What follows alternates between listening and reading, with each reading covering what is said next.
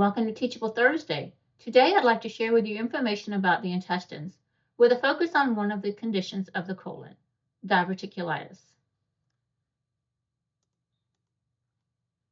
Today's episode, we're going to dive into understanding the intestines because it's one of the most important parts of our digestive system. We'll talk about the small intestines because it's crucial in allowing breaking down of food and absorbing essential nutrients and water, and it plays a role in moving food along the digestive tract. The large intestine is essential for absorbing water from the remaining indigestible food matter, and it forms stool to expel the waste from the body.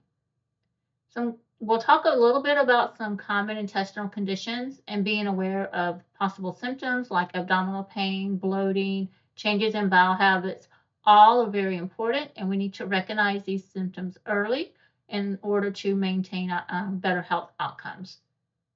And finally, we're going to talk about how do you maintain your intestine health. This is key because it includes balancing your diet, including foods rich in fiber, staying hydrated, and regular exercise. And remember, keeping intestines healthy is an important part of our overall well-being. So now let's explore a little bit more about the structure and the functions of each of these portions of the intestines.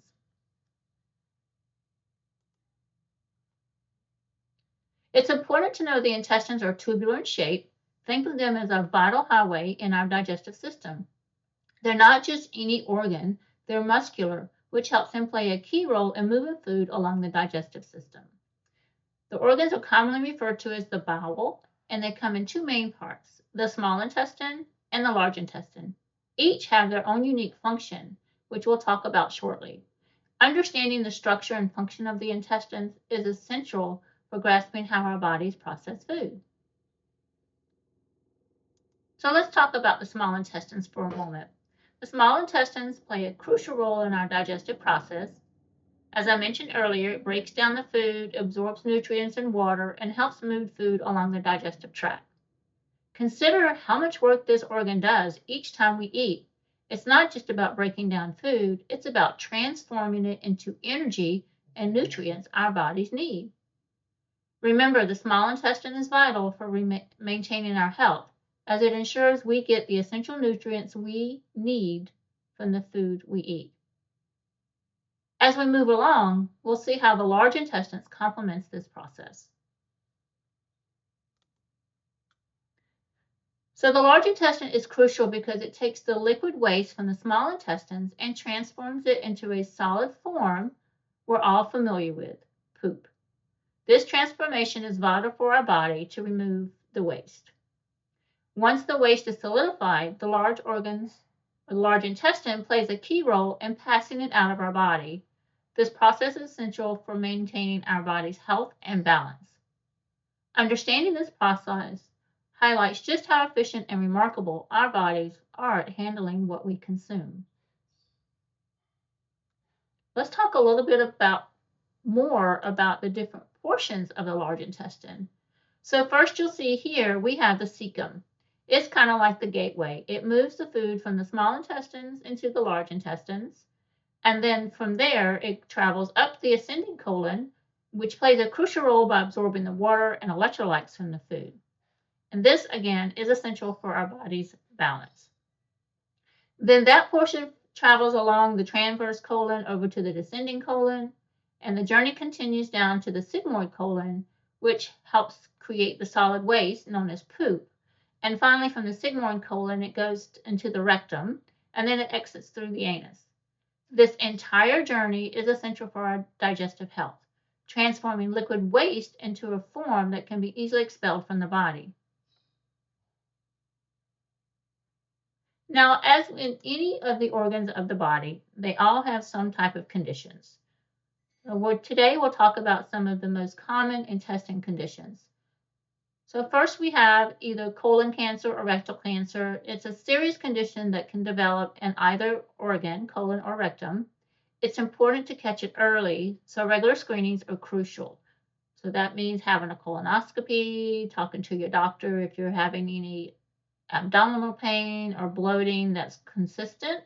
So very, very important that you do your preventative screenings early.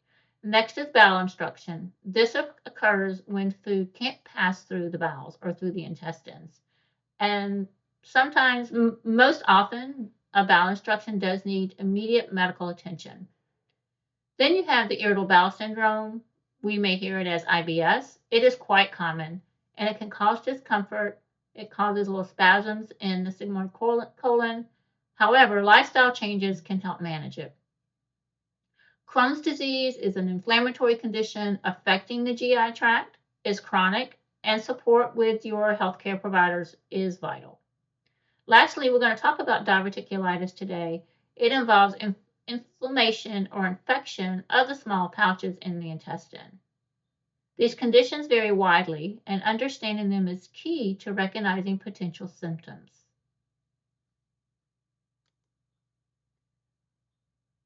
So I'm discussing diverticulosis and diverticulitis today because I was recently diagnosed with acute diverticulitis, and it's been a roller coaster ride trying to identify the culprit.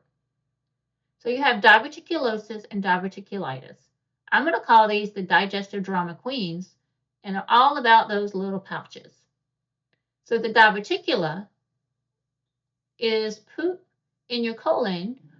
It pops up in your colon as you get older because your colon, the lining of your colon thins as you get older. So it's like your low-key chill cousin. It's hanging out quietly, not really going to give you any issues, causing any rare fuss, maybe a mild cramp here or there, but nothing really too distracting for you. However, if those pouches get inflamed and get all fired up and you feel like your stomach's on fire, and well, now you have diverticulitis. It's bringing abdominal pain, fevers, and a roller coaster ride of bowel habits. So what could be the culprit of this inflammation or the stomach on fire? It's possibly a low fiber diet, making your colon work overtime. To calm that storm and to get your body back, your digestive system back in a resting phase, diverticulitis often needs a dose of antibiotics, a couple of days of a liquid diet, just to rest the body. Because we need to keep things smooth and groovy in the digestive world, so we want to keep it quiet. Some of the symptoms you may see not only in diverticulitis, but in all of the intestine conditions that we talked about is stomach pain, unplanned weight loss, constipation, diarrhea, blood in your poop, and bloating. Sometimes these are easy to overlook, but they're always important to be recognized and keep the thought in the back of your head if you start experiencing them on a routine basis. So in my recent experience with acute diverticulitis, I had stomach pain, lower left abdomen. Well, this is the hallmark sign of diverticulitis. I had nausea and just the overall feeling of being full. So the symptoms of the intestinal conditions can be, as I said, all of these that we talked about in the beginning, or it could just be one or two. Stomach pain is the most common that all of us might experience. It's crucial to pay attention to the frequency and intensity of this pain.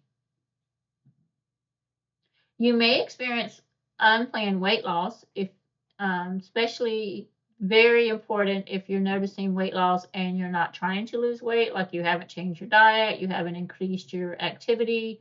It's worth considering having a conversation with your healthcare provider.